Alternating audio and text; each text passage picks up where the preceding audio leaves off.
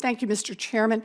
So the 5 populated U.S. territories, Guam, Puerto Rico, the U.S. Virgin Islands, American Samoa, and the Northern Mariana Islands, are part of America, and the 4 million people who live on those islands are Americans. They are subject to federal law.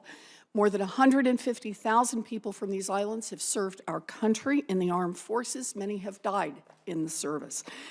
It is a central principle of our American democracy that Americans, through their votes, can have a say in their own governance. And yet, these 4 million Americans have almost no say in federal decision-making, even when it directly affects the islands they live on. They can't vote in presidential elections, they have no senators, and each territory gets only 1 non-voting representative in the House of Representatives. So, Assistant Secretary Kianaya, your agency coordinates federal policy for most of the territory, so maybe you can help me understand exactly how this works. If a U.S. citizen is born in Guam, she can't vote for president as long as she lives on the island. Is that right? That's correct. But if she moves to U.S. states, say California, can she vote there? If her residence requirements and voter registration was in California and her permanent record was not in Guam, the answer is yes. Okay, so she can register and vote in California as long as she moves her paperwork. And meets the requirements of the state of California. Whatever California has. Let's say she moves from California to a foreign country. For example, she goes from California to Italy. Can she vote for president from Italy? It depends on her record of residency. But if she moves from California, if she was Yes, registered to vote in California. That's correct. So this U.S. citizen from Guam can vote in California or can vote in Italy.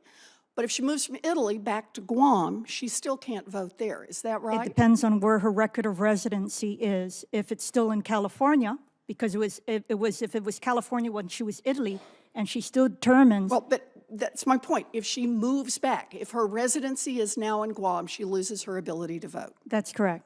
You know, I just have to say, this is absurd. 4 million Americans live on American soil and can fully participate in our democracy, but only if they leave home.